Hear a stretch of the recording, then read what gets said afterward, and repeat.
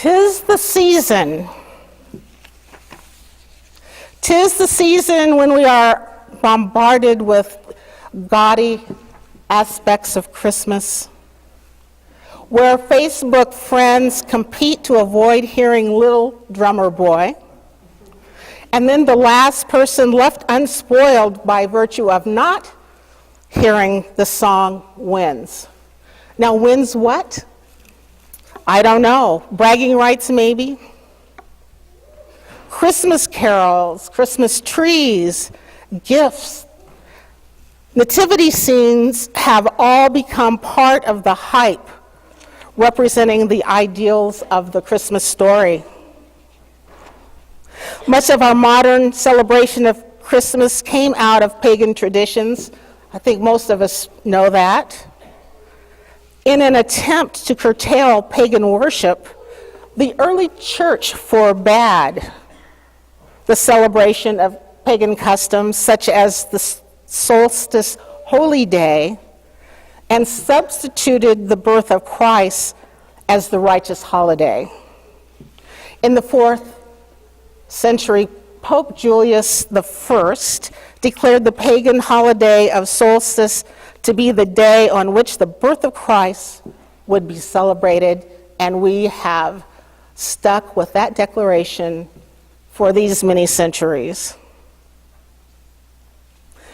One of his goals was there were so many pagans, but he wanted people to celebrate Christianity, and one of the ways he thought that he could do that was by substituting what we now know as Christianity and the birth of Christ to be celebrated on that day. Well, what has happened is that we have retained some of the pagan traditions as we celebrate in our new Christian ways.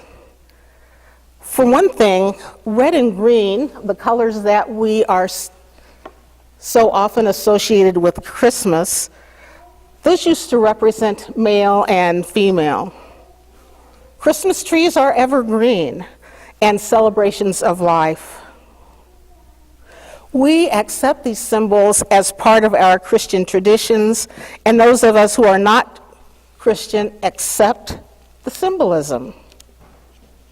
And also, whether we are Christian, UU, Jewish, Islamic,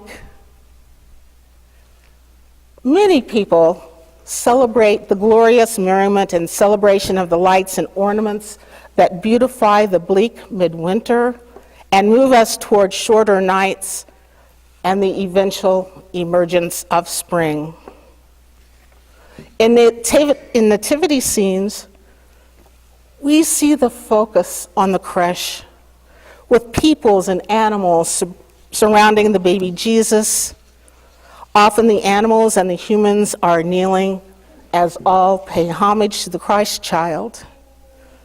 In these scenes, kneeling is seen as paying homage. These are moments of utmost gentleness and vulnerability. Now we're going to take a bit of a tour of some of the things in our history about kneeling. Throughout history, kneeling has been part of ceremonial occasions, most of them very positive. The one negative one is being beheaded. Those who are knighted kneel. The tradition of asking for a woman's hand in marriage requires that the man get down on one knee to propose. Genuflecting, curtsying, and bowing are other forms of physically subjugating the body to indicate superiority or of respect to someone is of a higher social rank. This is bowing heads in prayer, another gesture professing and acknowledging and indicating respect for others. move to our current situation. Football players will sometimes drop to one knee and say a prayer after making a touchdown. Tim Tebow became more famous for this gesture than for his prowess as a quarterback. Now fast forward a few years, and Colin Kaepernick executes practically the same gesture, and now we are in the midst of a nationwide confrontation. His original intent was to bring a spotlight to the deaths of young black men who were shot by police or died in their custody. It has become divisive because of what some perceive as a lack of respect to veterans, the flag, and the national anthem. On a personal note, my son was in the military. He was a captain in the Air Force. He and my daughter-in-law are now both lieutenant colonels in the Air Force Reserves. And my son is also in law enforcement. So believe me when I tell you that I have a special interest in how we view those in law enforcement. And he knows that I have expectations of him, of how he treats people while they're in his custody. And the most important thing is I still outrank him in real life. Now, Colin Kaepernick, who is mixed race and was adopted into a wealthy white family, became interested in learning more about the black experience when he was in college. He's actually known for his scholarship, not just for his athletic ability.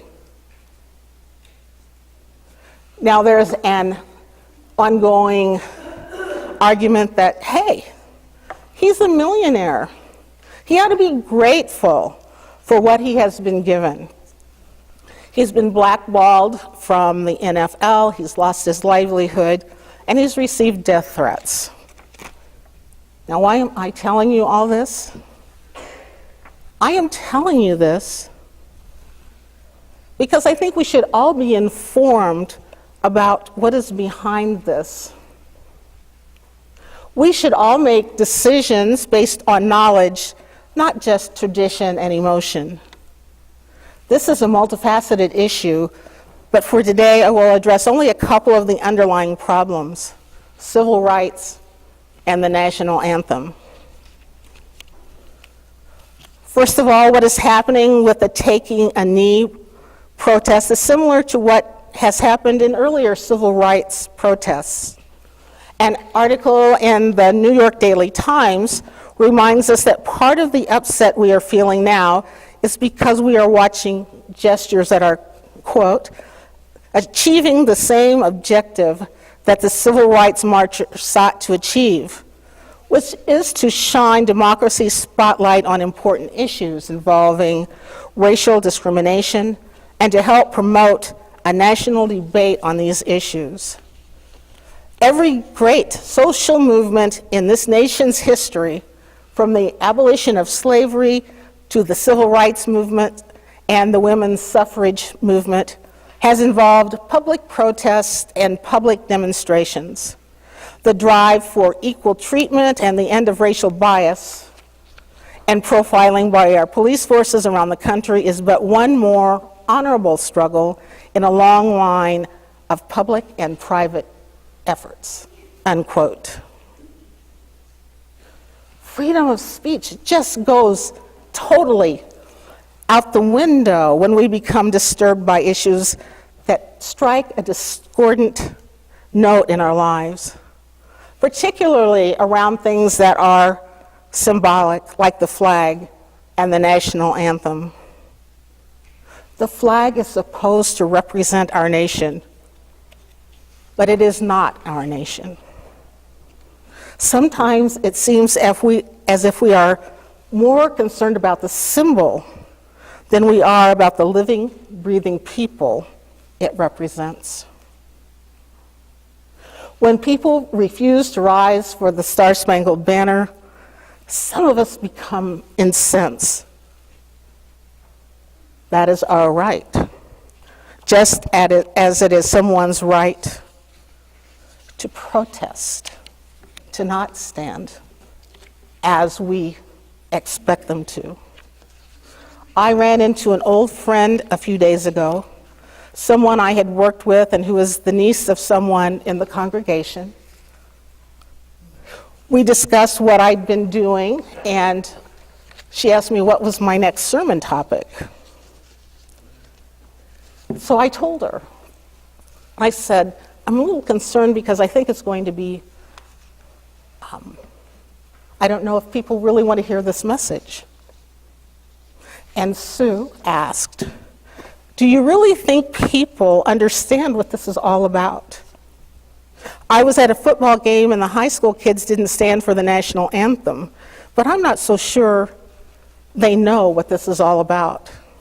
And I will tell you, I did ask her permission to share the story.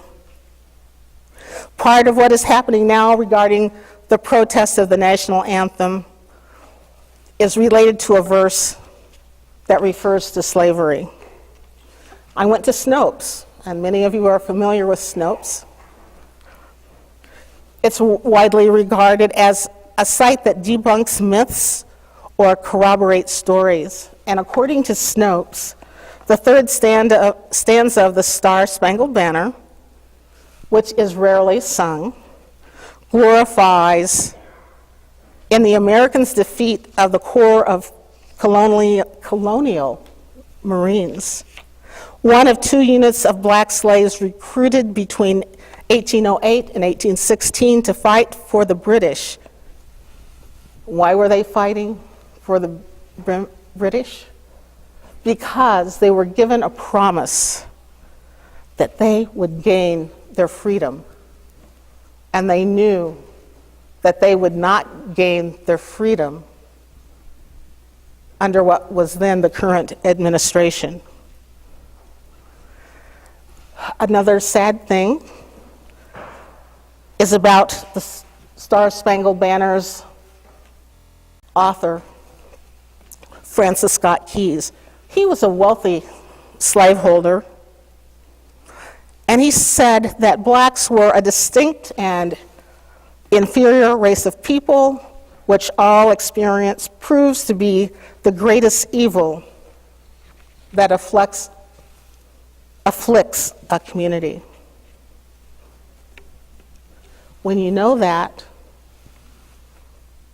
can you blame people for not wanting to honor that song? Even though they are loyal and patriotic citizens, they don't want to stand for what that song stands for.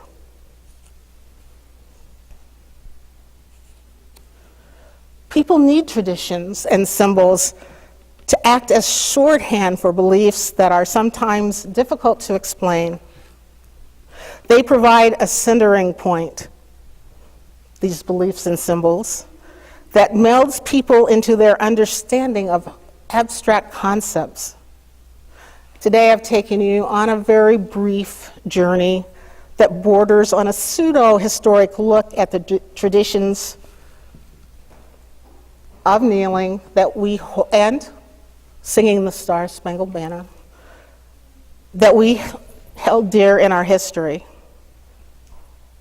and how we react when things are done that bend our sensibilities, which Colin Kaepernick has done when he has taken a knee. We understand the hymn that says, to bow and to bend, we shan't be ashamed. We celebrate the birth of a child, and we recognize the profound desire to pay homage to him through kneeling in his presence. We are citizens and we are dreamers. We are loyal and we are thoughtful. And we celebrate. We celebrate and we ask questions. That is who we are, and may that continue to be so.